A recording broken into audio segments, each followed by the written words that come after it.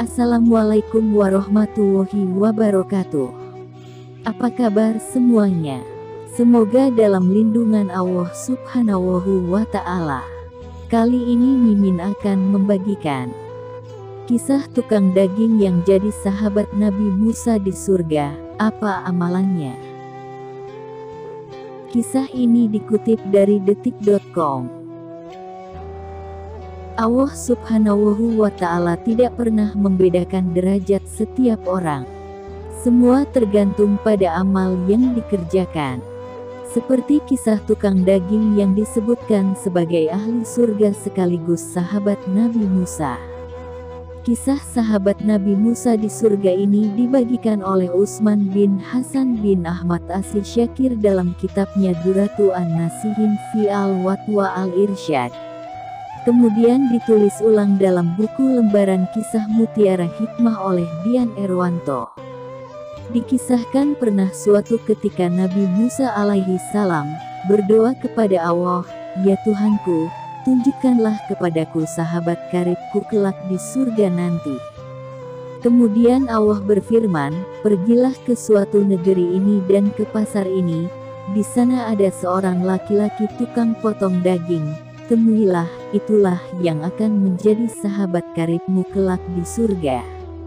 Kemudian Nabi Musa pergi ke pasar dan sampailah ia di sebuah toko yang dimaksud dan berhenti di situ hingga menunggu sampai terbenamnya matahari. Tiba-tiba si tukang potong hewan ini mengambil sepotong daging dan meletakkannya di sebuah keranjang. Ketika laki-laki itu hendak berlalu, Nabi Musa bertanya kepadanya, "Apakah engkau bersedia menerima tamu?" Laki-laki itu menjawab, "Ya, kami persilakan." Nabi Musa berjalan bersamanya hingga masuk ke dalam sebuah rumah laki-laki itu. Lalu laki-laki itu segera memasak daging yang ia bawa tadi menjadi hidangan berkuah yang sangat sedap. Setelah masakannya matang, ia membawa seorang wanita yang sangat tua keluar dari kamarnya. Wanita tua ini disuapi makanan dengan perlahan sampai ia kenyang. Lalu laki-laki ini mencucikan pakaiannya, memandikannya, memakaikan baju yang bersih, sampai menempatkan kembali ia ke tempat tidurnya.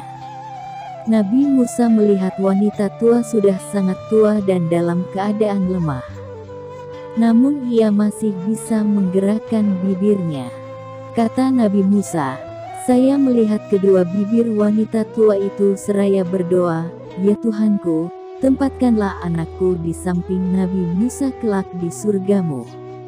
Nabi Musa bertanya, "Apa amalan yang engkau kerjakan?" Laki-laki itu menjawab, "Wanita itu adalah ibuku. Ia sudah begitu sangat lemah sekali sehingga jika ia menginginkan duduk saja tidak mampu." Nabi Musa berkata lagi, "Engkau memperoleh berita gembira. Saya adalah Musa dan engkau adalah sahabat karibku kelak di surga."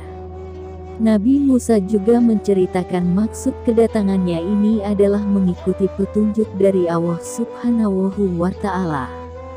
Nabi Musa pun akhirnya tahu siapa kelak yang akan menjadi temannya di surga. Ia adalah seorang laki-laki yang berbakti kepada ibunya. Berbakti kepada orang tua adalah sebuah kewajiban. Dari Abu Hurairah radhiyallahu anhu, Rasulullah Shallallahu alaihi wasallam bersabda, yang artinya, seseorang datang kepada Rasulullah Shallallahu alaihi wasallam dan berkata, "Wahai Rasulullah, kepada siapakah aku harus berbakti pertama kali?" Nabi Shallallahu alaihi wasallam menjawab, "Ibumu." Dan orang tersebut kembali bertanya, "Kemudian siapa lagi?" Nabi Shallallahu alaihi wasallam menjawab, "Ibumu." Orang tersebut bertanya kembali, "Kemudian siapa lagi?"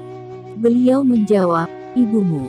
Orang tersebut bertanya kembali, "Kemudian siapa lagi?" Nabi Shallallahu alaihi wasallam menjawab, "Kemudian ayahmu." Hadis riwayat Al-Bukhari dan Muslim. Demikian yang bisa kami sampaikan.